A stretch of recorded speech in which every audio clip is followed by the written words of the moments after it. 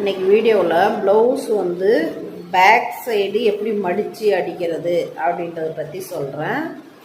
பாருங்கள், back side எல்லாம் attach பண்ணி வச்சுட்ருக்கேன் கையெல்லாம்.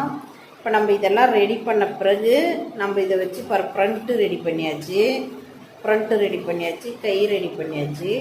இந்த பேக் வந்து நம்மளுக்கு இன்னும் பிடிக்காமல் இருக்குது. அது பிடிச்சிட்டு தான் நம்ம கரெக்டாக இப்படி இடத்துக்குனா நமக்கு இந்த எக்ஸ்ட்ரா இருக்குல்ல துணி, இதை மடித்து நம்ம பிடிக்கணும். பின்னாடி பேக் சைடு அடித்த பிறகு நம்ம இதை தைச்சிங்கன்னா தான் நமக்கு கரெக்டாக வரும்.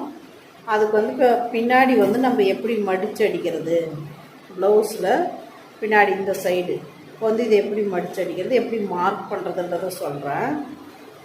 பாருங்கள், இதை வந்து இப்படி பாருங்கள், கை இருக்கா, கை இருக்குது, கை இப்படி வச்சுட்டு நீங்கள் செக் பண்ணிக்கோங்க. பாருங்கள், வந்து செக் பண்ணுங்கள்.